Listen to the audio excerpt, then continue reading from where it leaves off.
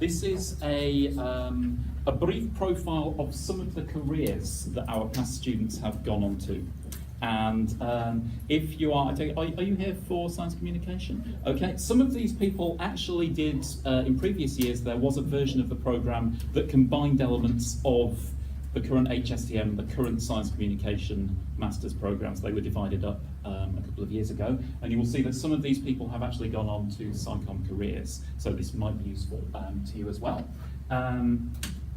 But some of our students go through the masters, they then go through into a PhD, and they end up seeking academic careers. So here is one who has been successful. Alex here did the HSTM masters in 2009, went through to a PhD on, actually this had a science communication angle as well, because he was looking at the meteorological office and the history of weather forecasting in the UK, particularly around extreme weather events, and what happened when the Met Office started representing itself as a source of public expertise. So when it started putting people on the radio and making the public aware that there was such a thing as the Meteorological Office, which, you know, something they had to do, it kind of backfired in a way, because every time there was a big problem with the weather and they called it wrong, they lost status as a result. So he talks a lot about how they managed that angle.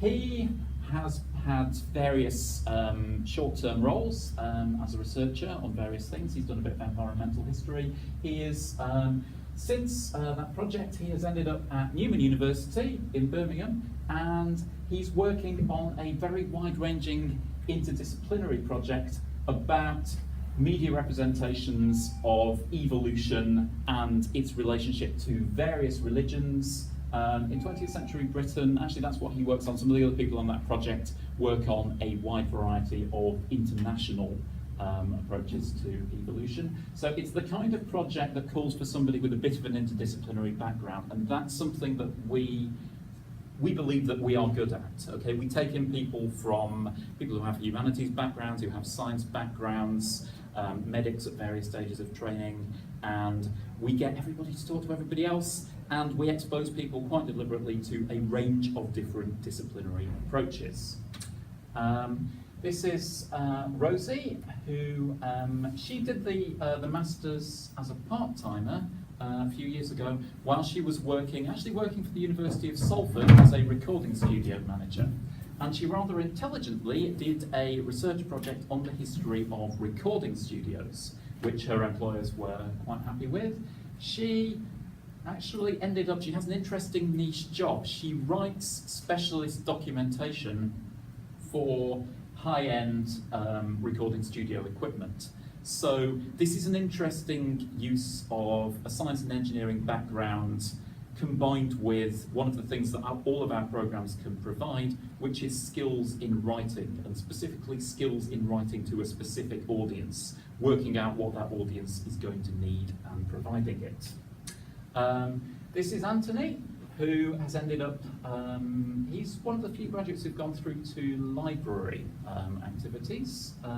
He works for the New School, which despite the name is a university in New York City, and he has a role that kind of spans the more sort of science and technology side of that job with conventional kind of library skills. He's somebody who knows and loves old books. He also knows and loves new databases, and our program kind of gave him an opportunity to combine the two.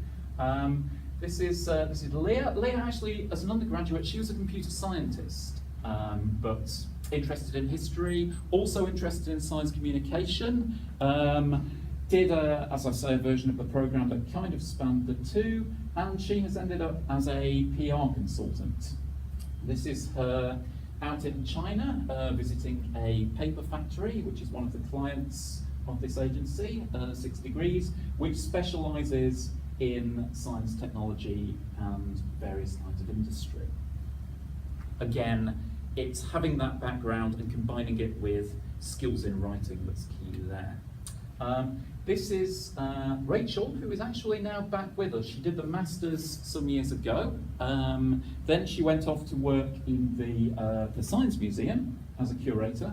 This is her taking the look. She's on the right here. The man on the left produced typewriters for a living. Doesn't anymore. This is the last typewriter to be manufactured in this country, and so the Science Museum wanted to collect this because of the story that it tells about that industry.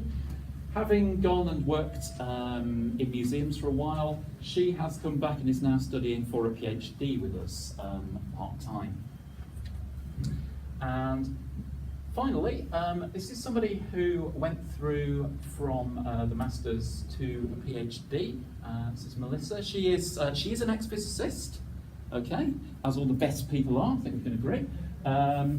And she actually studied, it does have a physics dimension, she studied the scientific advice behind civil defence warnings in the post-war period when people were most concerned about the dangers of atomic bombs, particularly thermonuclear bombs. So all that advice about maximum survivability following an atomic strike, where did that come from? She studied where it had come from, what the physics, the epidemiology and so forth behind it actually was. That led her to an interest in science policy. She did a placement at there's a thing called the Parliamentary Office of Science and Technology.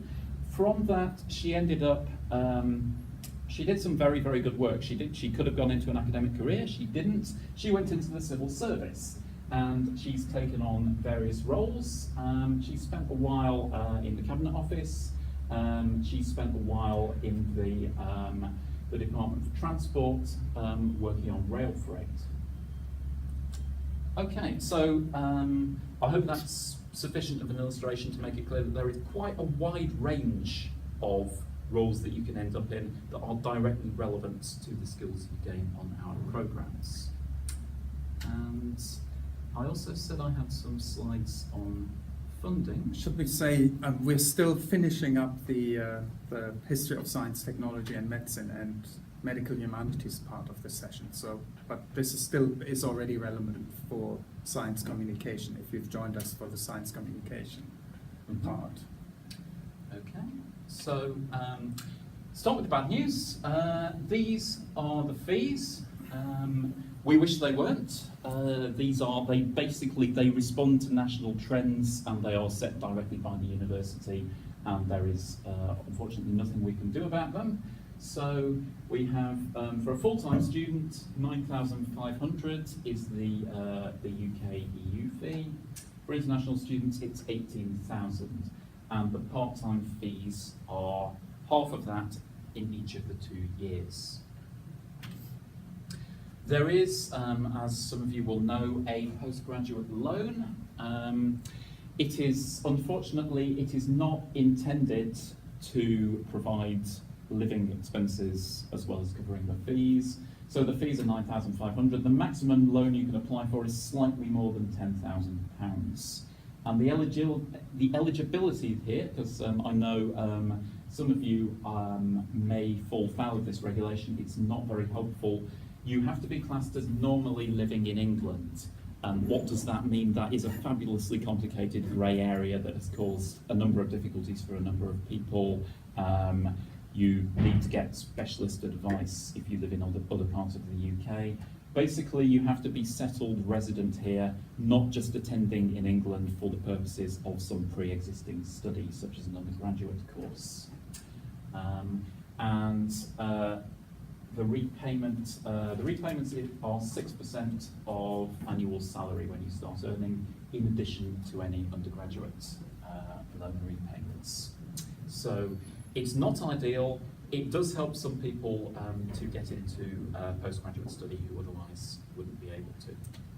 So, funding possibilities. There are some.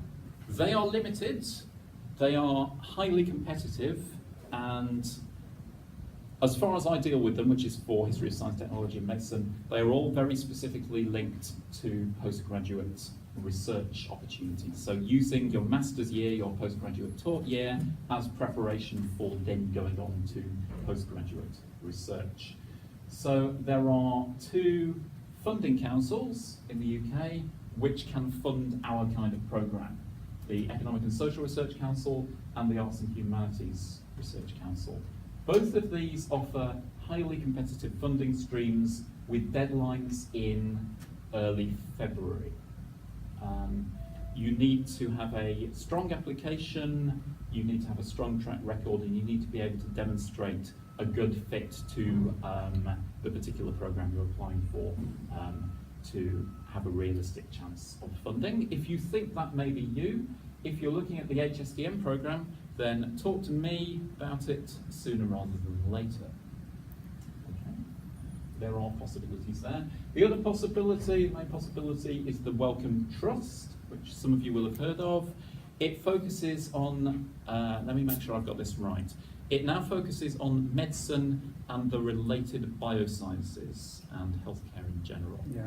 Okay. Well, and there is a funding program in the humanities and social sciences, but you should add, we have to add the humanities and social sciences as related to these fields. So it is medical humanities and social sciences as related to medicine. Yeah. Anything with a program. medicine or healthcare context is potentially eligible. Some things which you'd think of as biosciences, which are not that obviously medical, would now also qualify. Probably not very much else. They are a generous funder as far as they go, but they will only fund one master's place per institution. The University of Manchester counts as one institution for these purposes. So obviously this is highly competitive. We are likely to get that one studentship for the university. We have every previous year, I think, that we've applied for it. The deadline for this one is a bit later, but likewise, anyone who's interested needs to get in touch soon. And finally, just to underline, this is, it can be a little bit random for all that it's very, very competitive and very difficult. Sometimes there are particular studentships or particular opportunities that are attached to particular projects which crop up at various points during the year, sometimes at rather short notice. In particular, if a student has already been awarded something and then drops out, okay, because their plans change or because they get something else, that may have to be re-advertised at short notice. So it's a question of keeping your ear to the ground, sign up to any relevant mailing lists, the mailing list that we have, for instance, and see if anything comes up. So there are specific studentships that we, so not students, but the staff apply for without having a student in mind, okay? And the research councils will say, yes, it's good that we should fund a studentship on this topic. Here you go, we'll guarantee you the money, now go and find a student. And then, of course, we have to do that directly. So you will find that sort of thing cropping up from time to time. The basic take-home message is get in touch with us early if you're looking to obtain funding, because we have to work out an individual solution. And again, that applies to psychom, HISTM, and medical humanities students. And we should also say that many of our students work part-time while doing the master's degree. We usually schedule the content for Mondays, Tuesdays, and Wednesdays, which leaves Thursdays and Fridays either for independent study, but also in practice for many students for a part-time jobs to supplement your cost of living during the master's degree. So that is possible. Yeah. Okay. Any questions on any of that, or on the HSTM and the medical humanities programs? How many students do you probably receive funding? Let's see. So this year we have, what do we have in total? 12 students across the two pathways, and of them 3 are funded. Is that right? Order of magnitude. Do you want to switch over? Yeah, I was just going to switch over. Yeah. And it's if you early on indicate that you want to go on for a PhD, the challenge is that most master's funding wants you to apply for the, James pointed out, there are 1+3 programs, so you have to apply for the PhD as you apply for the master's course, which is a challenge because you need to have a credible PhD project in place. So you need to, we need, if that's something you're thinking about, we need to prepare that well.